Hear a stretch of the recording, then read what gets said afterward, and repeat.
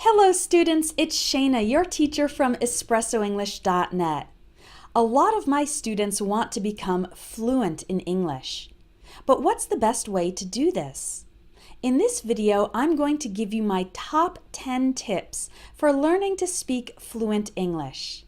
But before I get started, I want to invite you to check out all the courses and ebooks that I've created to help you in the process of becoming fluent. You can click on the link in this video or in the description for more information and to join my courses. The first important thing that you need to know about becoming fluent in English is that there is no magic bullet. That means there is no secret and super effective way to guarantee fluency very fast. Yes, there are different methods, and some are more effective than others. For example, a good English course or program should balance all the areas of language: speaking, listening, vocabulary, grammar, reading, and writing. If any of those elements are missing, for example, if your textbook focuses only on grammar and you never practice listening, then you will have difficulty becoming fluent. But the important thing to understand is that becoming fluent in English or any language is a long-term process. So if anyone says they have the secret to instant fluency, don't believe them. You need to invest time and effort in the process of becoming fluent. My second fluency tip is to use English in your daily life as much as possible. It's more important to have frequent contact with English than to have hours and hours of study. Using English for 10 minutes a day, every day, is better than studying for 1 hour only once a week. Even if you don't live in an English-speaking country, there are still many ways to do this. Here are just a few suggestions for making English part of your daily life. You can listen to English as you drive to work or take public transportation. You can read the news online in English instead of in your native language. You can practice thinking in English while you are doing housework or exercise. Read articles, listen to podcasts, and watch videos in English about topics you enjoy. This is important. You will make much more progress if you are having fun during the process. So really try to use some of these tips to make English part of your daily life as frequently as possible. The third fluency tip is to make sure you balance the areas of language learning. As I mentioned earlier, those areas are reading, writing, speaking, listening, grammar, and vocabulary, and you need them all to be fluent. Many students make the mistake of focusing too much on one or two areas, and they end up being weak in the other areas. One idea is to dedicate 1 day per week to studying and practicing each area. Tip number 4 for becoming fluent is to get a regular speaking partner through a conversation exchange website. You can't only study English by yourself. You need to use your English, put it into practice. If you have nobody to speak with in daily life, you can find a speaking partner online through a conversation exchange website. On these websites, you can meet native English speakers who want to learn your native language. This way, you can talk to each other and help each other learn and practice. Here are just a few conversation exchange websites: conversationexchange.com, mylanguageexchange.com, englishbaby.com, and speaking24.com. You can find many others if you search for Conversation Exchange. Try to speak with your partner at least once a week.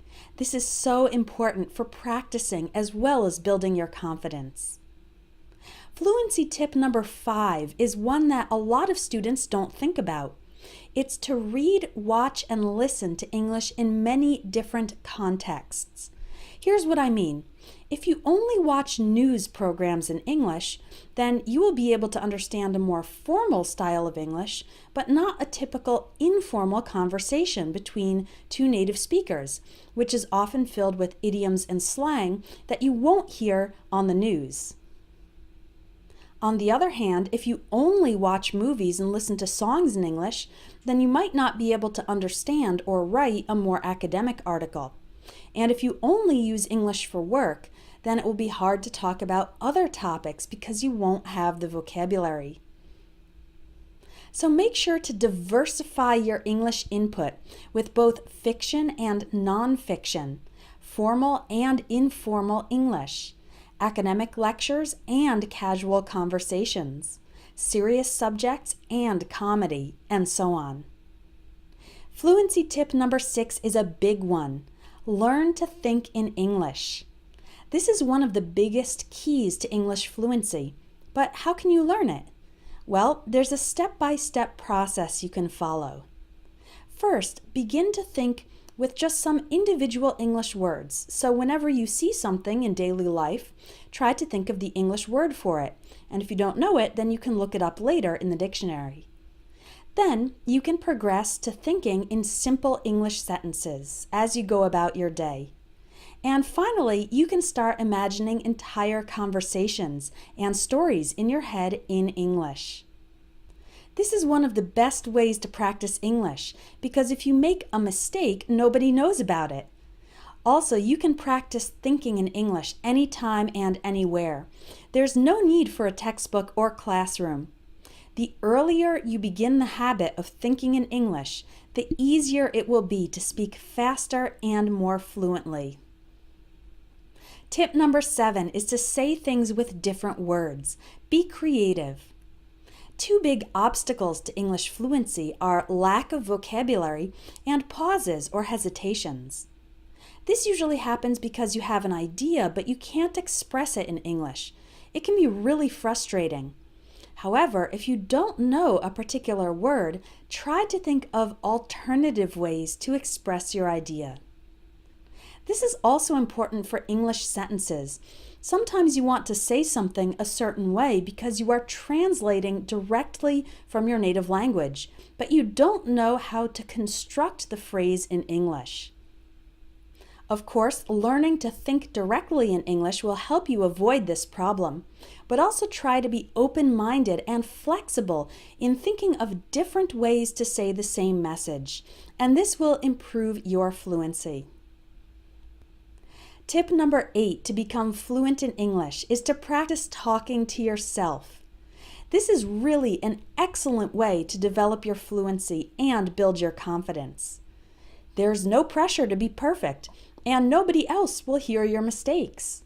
Yes, it feels a little bit silly, but you can do it alone where no one will hear you, and it's a great step to putting your English into practice.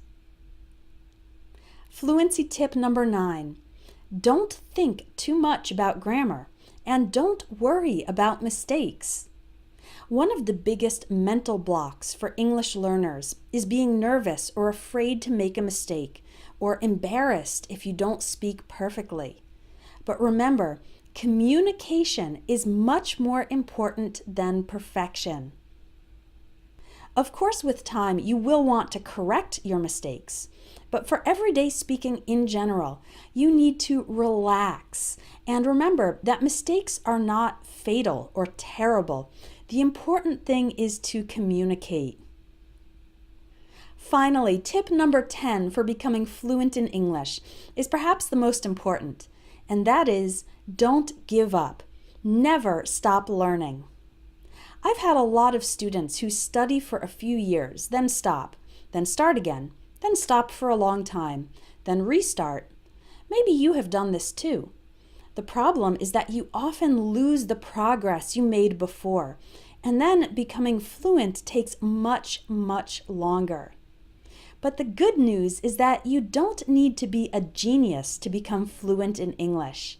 You just need to be dedicated and practice consistently, following all the other tips I've taught you in this video. If you do this and you are persistent in learning and practicing the English language, then you will reach your goal of English fluency sooner or later.